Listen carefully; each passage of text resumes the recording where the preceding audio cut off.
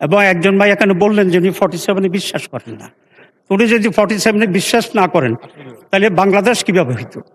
কারণ বাংলাদেশ এবং east Pakistan West Pakistan মিলেই তো 47-এর স্বাধীন বাংলাদেশ। সুতরাং অরিজিনালি যারা ভারতপন্থী, অরিজিনালি যারা ভারতের অধীনস্থ একটি বাংলাদেশ দেখতে চায়, তাদের চিন্তার ভিতরে এ সমস্ত জিনিস আসতে পারে এবং সেই চিন্তার প্রতিফলন যে বক্তব্য যদি আসে, আমরা তো আশ্চর্য হওয়ার মতো কিছু মনে করি না।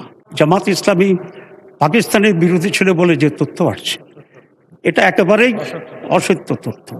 কারণ সৈয়দ আবুল আলা মওদুদী প্রথম টু নেশন থিওরির প্রবক্তা ছিলেন সৈয়দ আবুল আলা মওদুদী, এবং তার খুব স্ট্রং একটা বই লেখা ছিল, সেটাকে তৎকালীন মুসলিম লীগ পলিটিক্যালি হাজার লক্ষ কপি ছাপিয়ে সারা পাক ভারত উপমহাদেশের মানুষের কাছে, মুসলিমের কাছে পেশ করেছিলেন।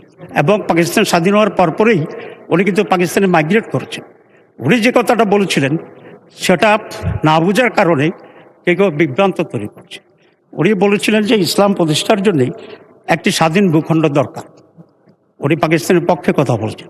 তবে উনি বলেছিলেন যে সমস্ত নেতৃত্বের মাধ্যমে আন্দোলন চলছে, এই নেতৃত্বের পক্ষে একটি ইসলামী রাষ্ট্র কায়েম করা সম্ভব হবে কিনা এই ব্যাপারে উনি তার ডাউটের কথা উনি পেশ করেছিলেন।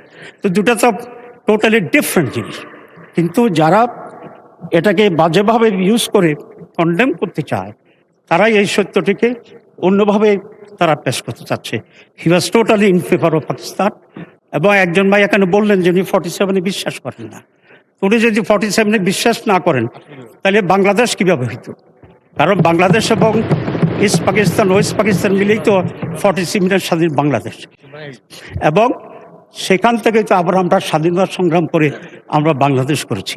অবশ্য ওনার এই চিন্তা, ওনার এই বক্তব্য ওনার চিন্তার সাথে একরকম। কারণ ওনারা আসলে পাকিস্তানেও চান নাই, বাংলাদেশও পরবর্তী পর্যায়ে তারা কীভাবে নিয়েছেন জানি না, কারণ তারা এক ইন্ডিয়া চেয়েছিলেন। এবারও যখন সংগ্রাম চলছিল ওনারা কিন্তু আশ্রয় নিয়েছেন, ইন্ডিয়াতে গিয়ে সংগ্রাম করেন নাই। উনি বলছেন যে হাসিনার কারাগার উনি যেতে চান, এই জন্য ভারত পালাই গেছেন। তো সেটা ওনার ব্যাপার, আমি খুব ক্রিটিসাইজ করতে চাই না।